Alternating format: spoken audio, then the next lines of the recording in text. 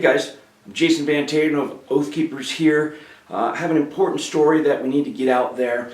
Many of you, like me, were at Bundy Ranch, or were very inspired by the actions that happened at Bundy Ranch. It was the first time in our country's recent history that good Americans stood up and said, you know what? We're not going to let this happen on our watch. We're not going to let the BLM go in there and possibly massacre these people.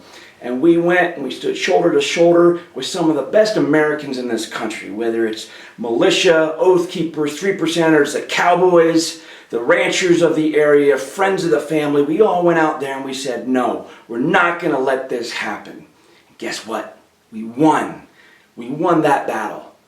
But it's really not over. There's still a lot going on, and we have a new story coming to us out of Arizona. We heard about this rancher last week, Lavoy Finicum, and this guy was there at Bundy Ranch. He was one of the guys on the horses, one of these brave ranchers that stood with Bundy and his family and said, no, not going to do it, not going to let this happen. And now he's got his own situation happening. He's been a rancher for a long time. His family roots go way back in the county that he's in, and he is taking a stand. And much like Cliven Bundy, he feels that the BLM is an unconstitutional group, that what they're doing with their land management, and this goes all the way back to the Sagebrush Rebellion of the 70s, and is continuing today, and we see it across the scope, whether it's with the miners, whether it's with ranchers, ATV, outdoor enthusiasts. We're seeing our rights infringed upon more and more by an out-of-control federal agency that are making up laws as they go in really an unconstitutional way. So Lavoy said, you know what, I'm not going to continue to pay these grazing fees that I feel are unconstitutional and wrong. Now, he's never not paid them. He's actually got a really good relationship with the BLM, or has up until this point, and has not been, he's been paying everything on time. He wants to continue paying for the rights for his cattle to graze, but not to the BLM. He wants to pay them to the county government as a production tax. He feels that this is more in line with the sovereignty of his state, and that he needs to take a stand. And he was very impacted, like most of us, by the happenings there at Bundy Ranch, and feels it's now his turn to take a stand. And so now he's taking a stand. There's another rancher that I'm hoping to be talking to here soon, I want to say out of Utah, that is doing the same thing. So now we're seeing more and more. We're seeing the sparks of this rebellion. Really, they flew out there, and now they're starting to catch. Now there's fire starting to start. And I think there's some awesome things coming our way. Now we have to stand with these guys. We've got to help get word out. We have to do our part in this info war to tell the stories about these people that are standing up and making a difference. So I encourage all of you to take the time, watch this video through in its entirety, and share it out. Tell your friends, tell your family, put it up on Facebook. Help us get word out about a true patriot here that's trying to do his part to help save our country. I hope you enjoy it. Well, my name's Lavoy Finicum, and I'm just a rancher out here on what we call the Arizona Strip. It's northern Arizona, just below the Utah-Arizona border between St. George and Kanab, Utah. And I ranch out here. I've been ranching out here on this particular place for about 6 years. My family moved in here. My grandfather's homesteaded out here quite a few generations back, or 3 generations back. And on my mom's side, they were early pioneer settlers in this area also. So my roots run pretty deep in this area. I'm pretty attached to it. I like it quite a bit. Now, you were actually at Bundy Ranch last year when that happened. Can you tell us a little bit about your experience there? Sure. Cliven is a neighbor insofar as that he's just across the border on the Nevada side of the line, and I'm here on the Arizona side. And he's been a man that I've known him longer than he's known me. In other words, I've been watching him from a distance before this whole thing a year ago last April came down. And I knew he was fighting with the BLM. and I wondered if he would stand. I was wondering if he was actually going to have the nerve to stand when the real pressure came. And when it did, when the pressure came, I asked a mutual friend of his. I says, "Is Cliven going to stand?" And he says, "I've never known Cliven to back down from anything." And so I says, "Well, what are we going to do?" And the long and short of it is that we both ended up there as cowboys, and we rode that day. And I was on that roan horse kind of on the right hand side or on the east side of the standoff there. And so it was, it was kind of it was a great day to see a fellow rancher neighbor be able to stand up and prevail in that day. And so I really appreciated that. And that's kind of how I know Cliven. And we've been good friends ever since. We spent time with each other in each other's homes. He's been a great encouragement to me. And so his effort is not about cows and grass, and the same with me. His it's really about freedom. It's about the Constitution. Absolutely. Now, can you tell us a little bit about what's happening with your situation now? You are now having some issues arise with the FBI and the BLM. Can you give us the background as to what's happening there? Oh, sure. Um, After I rode with Clive and his boys and his family there, um, then I had to do some soul searching, Jason. I learned a lot. I always knew that the BLM was overreaching and stuff, but when I was there riding with their family, I come to understand the principles upon which he was standing, and it was that part of the Constitution that forbids the federal government from owning and controlling these vast amounts of land. And I knew that he was standing on a constitutionally sound principle. And so when I came back home to Arizona, I was faced with an internal dilemma. And so this is a struggle I had within myself.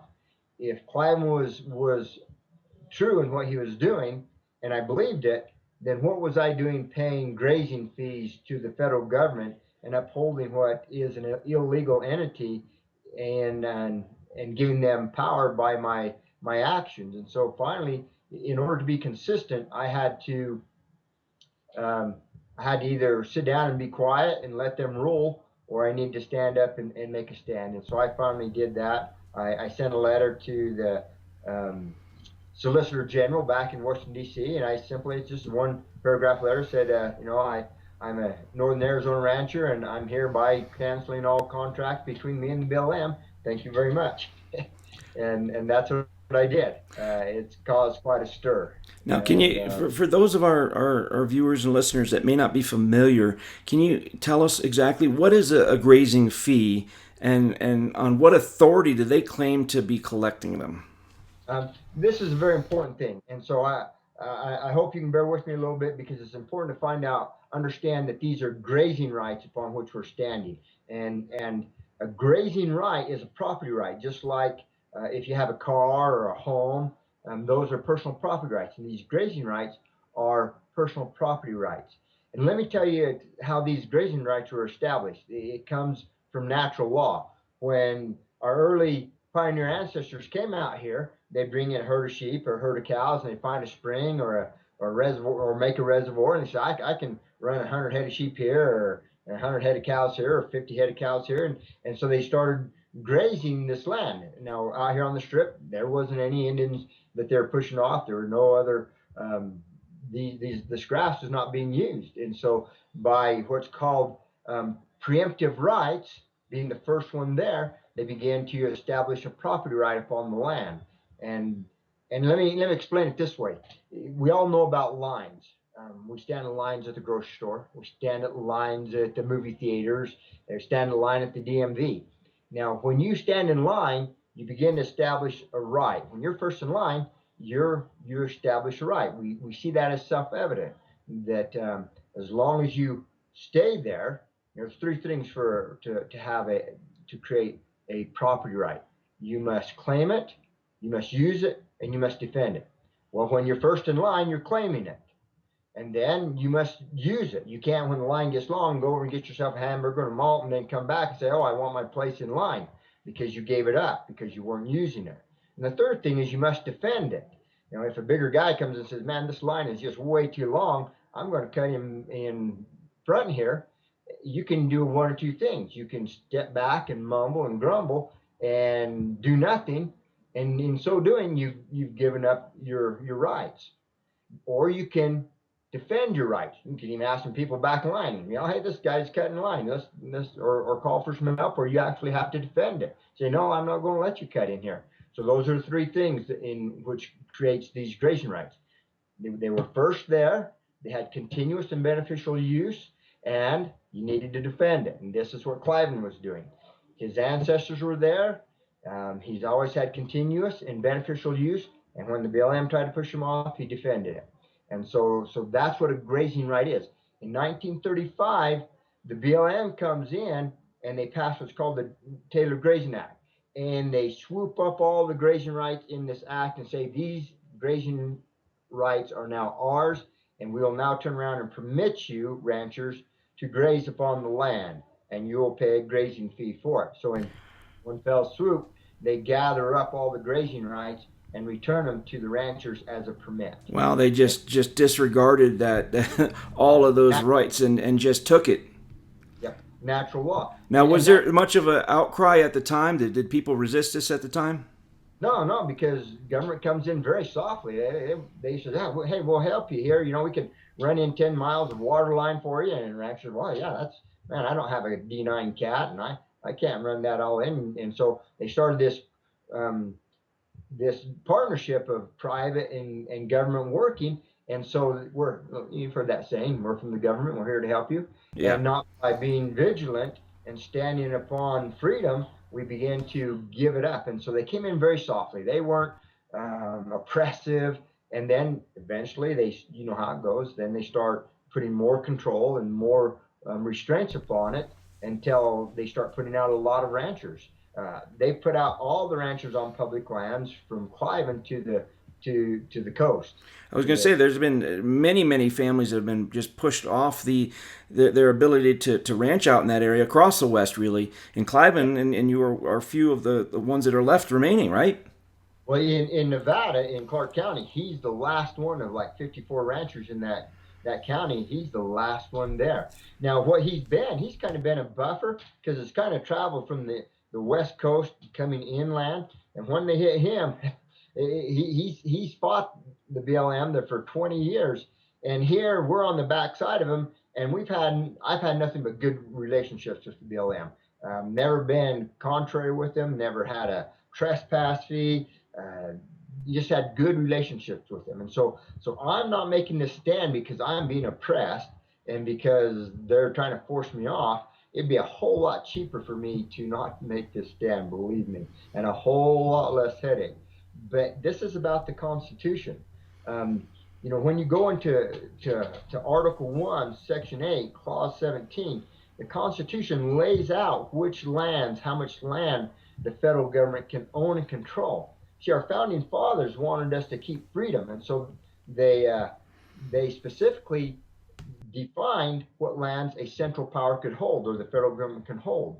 And in that article, it explains that they can only get the lands if they request and purchase it from a state legislature, and it can only be for docks, arsenals, forts, magazines, and other needful buildings. In other words, they can only own and control that land for the defense of our nation, and plus the 10 square miles of Washington, D.C.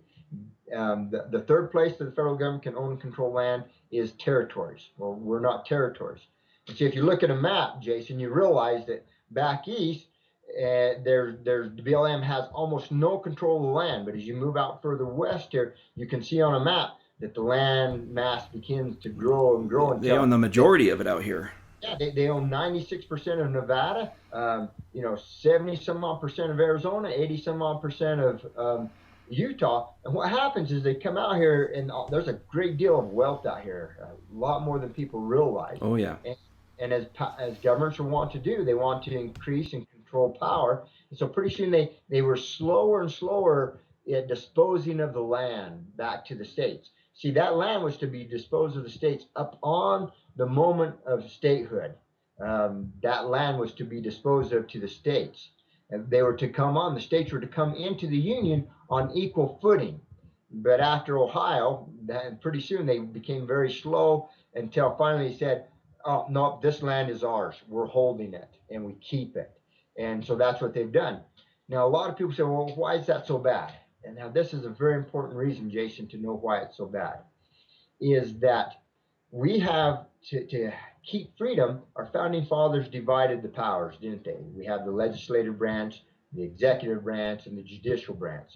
Well, in this land, on BLM land, on one, and do you know how much land they actually hold, Jason, the federal government of our nation? I don't off the top of my head. Okay, I always like to try and do a little thing to help people get an idea of it. You know, I say, do you think they own more or less than the country of Germany? Well, probably more. Yeah, they own more. You got to throw in France, and then you better throw in Spain, Italy, Portugal, and then you got to throw in England, and you know, you're getting roughly the size of the landmass that the federal government owns and controls. And upon this landmass, they've combined all three branches of power. In other words, it's gone clear to the Supreme Court, and upon these lands, they say we have complete legislative power whatsoever. In other words, a bureaucrat behind the desk will write a statute, has a force and effect of law, and then they enforce this statute or this law by force of arms. They empower federal rangers to enforce this law, armed and authorized to use lethal force if necessary. And you saw that down. Oh in yeah, Bundy. no, I've had guns pointed at me. You too. I mean, it's for real. And actually up there also back in 2002, the Dan sisters up in northern Carrie Dan and her sister up on there in northern Nevada, they were successful in taking out them, and they had all the agents and rangers and choppers in there just like Bundy's, just not quite so much, but they were successful in crushing them. Now, so in other words, they'll pass a law, they enforce it by the rangers, and if you get contrary to them, you go into a federal court. And none of these people that rule over us here do we elect. None of them are under the power of recall. And so herein, they've combined in all three branches of power, and this without representation. And so that's why it's so bad. It strikes at the heart of the Constitution. It's contrary to both the intent and the letter of the Constitution. It's repugnant to it. And so that's where I'm standing on. So I'm standing on this to try to uphold and restore the Constitution and push back the federal government to the confines of the law that we the people put upon it. And they are completely running wild. They have almost no restraints. They're interwoven to almost every aspect of their lives. Now, Jason, if I was a doctor, I'd open me up an Obama-free clinic, and I'd try to make my stand there and force back and push back against the federal government. But I'm not. I'm a rancher. So here I can stand. I can stand in this place and make a difference. See, the states should have stood up to the federal government when they started overreaching. See, we're also fighting for the 10th Amendment, as well as this article and clause that I'm talking about in the Constitution. Is the states, when the federal power begins to exceed its lawful limits, the states should have stood up and pushed it back. But when the states and the counties fail to interpose themselves between the people and an overreaching federal government, the last resort is the people themselves. And we've passed that point of no return, I believe, where the federal government is going to restrain itself, the Supreme Court is going to restrain itself, and the states are not going to force the federal government back into the confines. And so now it falls down upon the individual Americans. Well, And if, I think that the states and the counties are too much in the pocket of the feds. That they all of their money, at least a good portion of it, is contingent upon them playing nicely with them, and unfortunately it's an issue. And we've been seeing this since the Sagebrush Rebellion of the '70s. Really, they've been pushing ever since then. Probably yeah, before then. Yeah, let me explain how this works. Because I believe in government, Jason. I actually believe in the federal government. We need the federal government. We need them to protect our country, protect our borders, and to make sure that commerce stays regular between the states.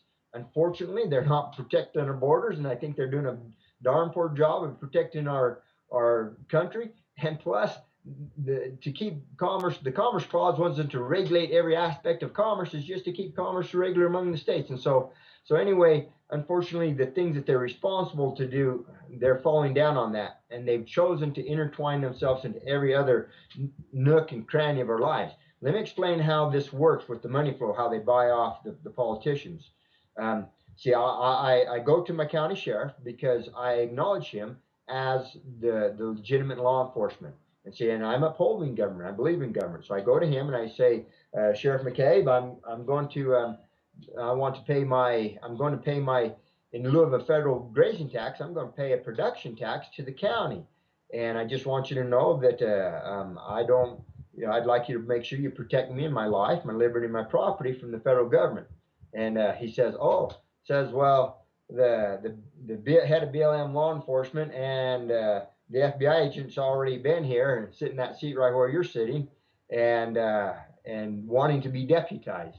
Now, see, the feds are learning from the standoff from Bundy's, and so they didn't ask to be deputized when they took on the Bundys. Now they're supposed to try to cover everything. They went to our sheriff and say, deputize us so that we can have even more legitimacy as we move against Mr. Finicum.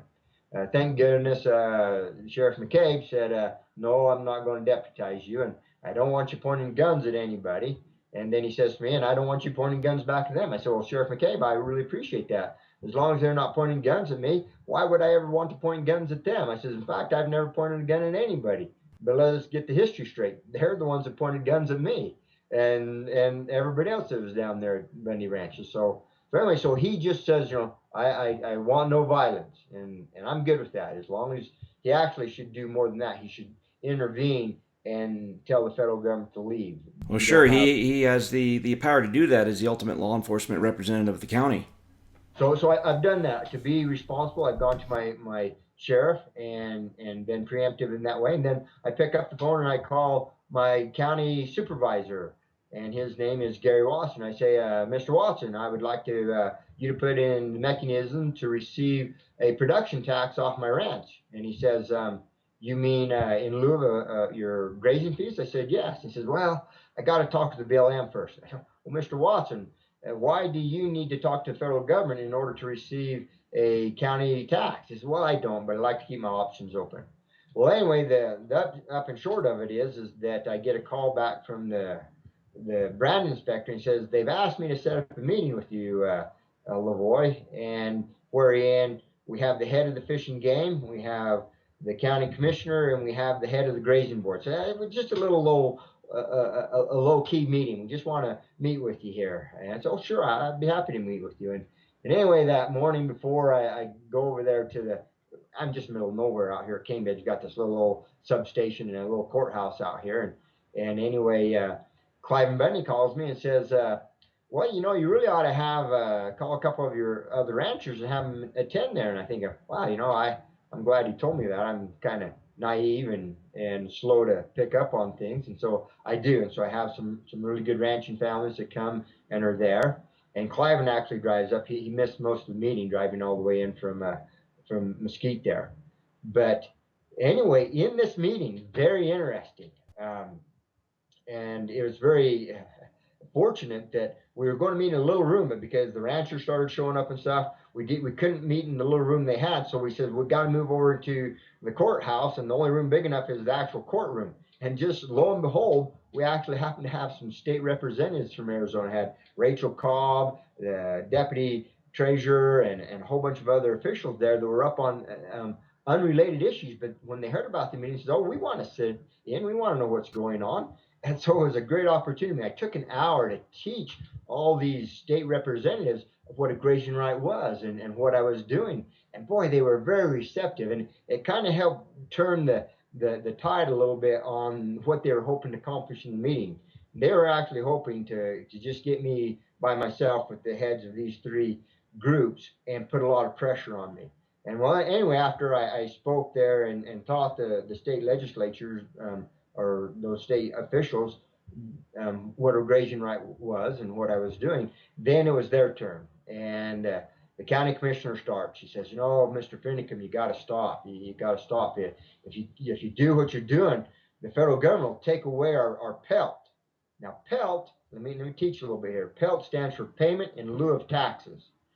The federal government says, okay, I know that we've taken all the land, and you states would get money off this if you had control of it. You know, you'd have your grazing money would go to you, your mineral tax would go to you. Says, but we'll give you payment in lieu of taxes. That's what PELT stands for, payment in lieu of taxes. So the money flows the wrong way. It flows from the federal government down to these politicians, and then the politicians get to dole it out, and it becomes part of the budget.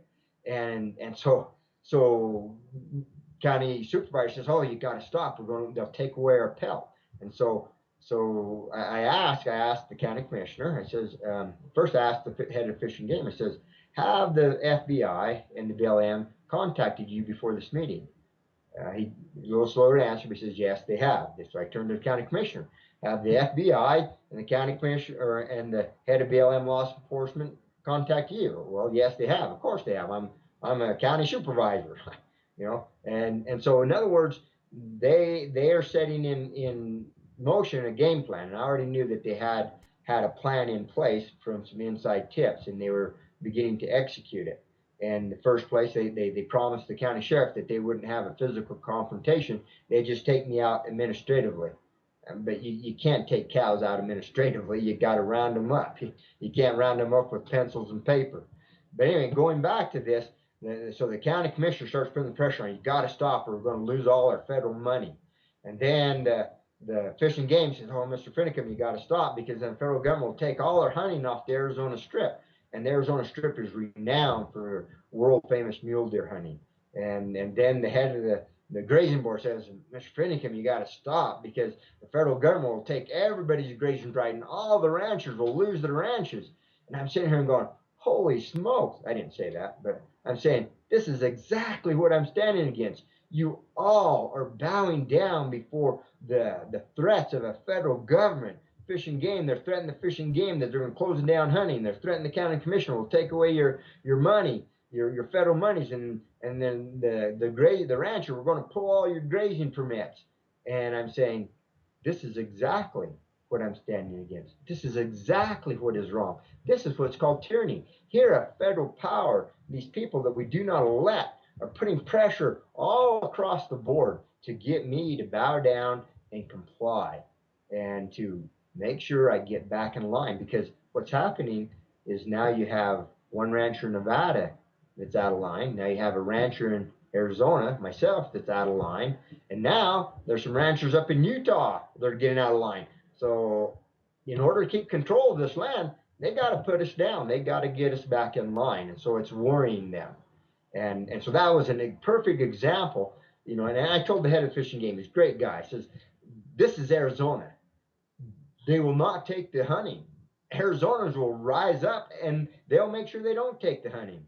And I told the county commissioner, I said, "Gary Watson," I says, "you as a county commissioner, you need to let out some mining permits. The richest uranium in the world is sitting right out here in my ranch, and in all the world is out here on the Strip, and it's very environmentally friendly in mining. It's breccia pipes. Go down in small mines, mine it out, cover it up. You can't even tell there's a mine there." I says, "If you did that," I says, "the tax revenue that would flow into this county, and the jobs would be created." Says, "You wouldn't have to worry about the handouts from the federal government. We'd be free, be independent." But he can't get that through his head. He's still so attached to the government tit, he just can't let go. And he likes that money flowing that way, because then he goes through their hands, and they get to dole it out to where they feel it's fit and best to be spent.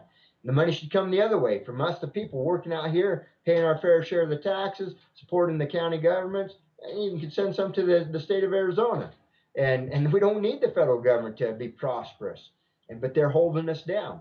And then the rancher, the head of the grazing board, says, "Mr. Finicum," says, "they'll take all the ranches, and they're going to designate you as a rebellious rancher. And what happens if I'm out here working on my trails, and they come out and says, 'You can't do that. We're now designating you as a rebellious rancher, and we're going to, you can't ranch here more.'" And so they're saying, so you see all these heads trembling in fear of the federal government. And I'm saying, stop, grow a backbone, stand up, quit this. This is exactly why I'm doing what I'm doing. Not because I'm oppressed, but because the federal government has shredded the Constitution and is running wild. Well, here I am. I'm just a little rancher, but I can do my part. I can rattle their cage and say, "Go home, federal government. Get off my ranch." I don't acknowledge you here, and I'm not going to pay you my grazing. I'm not going to pay you a grazing fee. I'm going to pay a production tax to the Mojave County, and I'm not going to acknowledge you. And anyway, going back to that letter I sent to the Solicitor General, holy smoke, that shot back so fast with that FBI guy to my county sheriff. So you know that they're paying attention. This has come across the desk of Loretta Lynch, I'm sure. And so they're watching this very closely, and they've got a full game plan that they're going to implement. I just wish I knew what it was. Well, do you have any thoughts as to how they may go about rattling you back? Have they started to do anything to you directly yet? No, that what they did is the first thing they did was to try to apply pressure upon all the heads of agencies. Get me alone in a room and say you got to stop. So they already did that part, it's a complete game plan. It's a complete plan. I know that much. In fact, that's what the sheriff told me. I told the sheriff, yeah, all I want to do is be left alone. He says, oh, they're not going to leave you alone. and the other source I had said, yeah, they've got a plan and they'll implement it when they're ready. Now I saw a video I think online about something happening with your water reservoir up there. Was that associated with this, or is that something else? I need to be careful. It's very important that I don't accuse where I don't have facts and evidence. What Absolutely. I got a tip from somebody says you better watch your waters. I go out there and two of my main tanks are plugged off, and it just seems coincidental. I'd like to lay it at the head of the feet of the BLM or their agents or surrogates, but I have no facts. I've never had problems if I had to dig down in there, had to cut the lines, had to blow them back out. It looked to me like they'd dumped in some type of bentonite or something to plug off my lines. And so, I'm very suspicious of it. And where somebody says, "Hey, you better watch it," I go out there, and sure enough, none of them are running. Never had problems with them before. So that's where that went. But I do have both of them up and running, and so I'm good with that. Are there any deadlines coming up? I mean, is there a point where they're going to say, "Well, you're supposed to have your tax in by so and so date, so we're going to start taking action"? Is there any sort of timeline that you have? I do. What happened was, as I'm current on all my grazing fees, even though I canceled it, I paid them before, and that brings me up current to where I'm at right now. What I did was I have a big pasture down there that in 6 years I've never been able to graze it off because I've never had water in the reservoir down there. It had some good rains down there, and filled up that reservoir or got enough water in there that I could turn some cows in there. So I take just a handful of my cows and I dump them in there 8 weeks early so I can graze this pasture for the first time in 6 years. And they say, and they give me a trespass notice. You have 5 days to get your cows off there and we're charging you $1,400 and some odd dollars for what you did, and you have 5 days to get in our office and get this thing settled. but I'm not acknowledging them. So I don't even respond to their threats because I've already terminated my contracts with them. So I don't care what they send to me. But at this rate, it'll be about $50,000 within 12 months just off of this, not to count all the other ones. But come October 15th, that's when I'm supposed to have my grazing fees paid, which I'm not going to pay. And at that point, they will, then they will give me another trespass. They sent me my mandatory terms and conditions that I'm supposed to sign, highlighted where I'm supposed to sign it. I'm saying I've canceled any contracts. I'm not signing any mandatory terms and conditions. Federal government, this land isn't yours. You have no legitimate right to own and control this with complete power. And so I'm not even going to respond to that. They did steal a bunch of my water this summer to fight some fire, just drained out a tank that I need that water from, used it. They could have dropped into the Colorado River, picked it up, but they stole my little bit of water. And so instead of responding to their demands that I go down there in 5 days and get myself squared with them, I send them back a register's letter. And I'm more generous than they are. I gave them 7 days. I said, I give you 7 days to return 45,000 gallons of water at such time as it's not returned. See, they claim the other half of this water. Says I'm going to take the full 100% of that water for the next 180 days because that's how much time it'll take for me to get my 45,000 gallons back.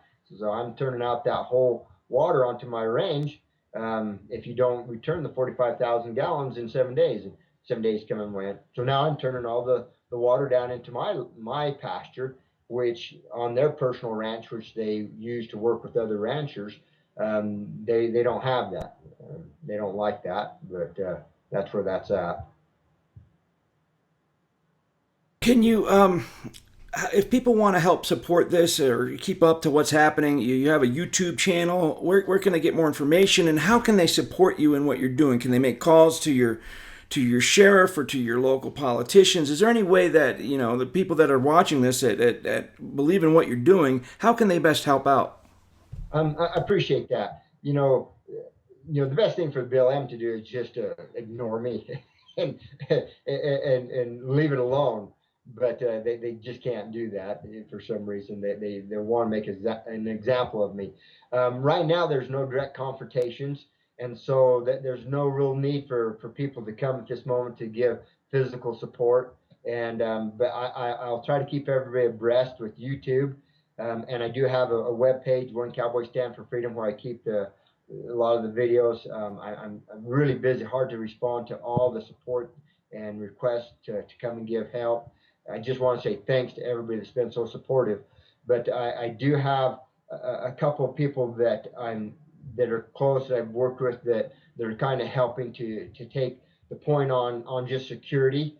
One is Cliven Bundy's personal bodyguard. You probably might be familiar with him. His Yeah, name is I know Buddha pretty well.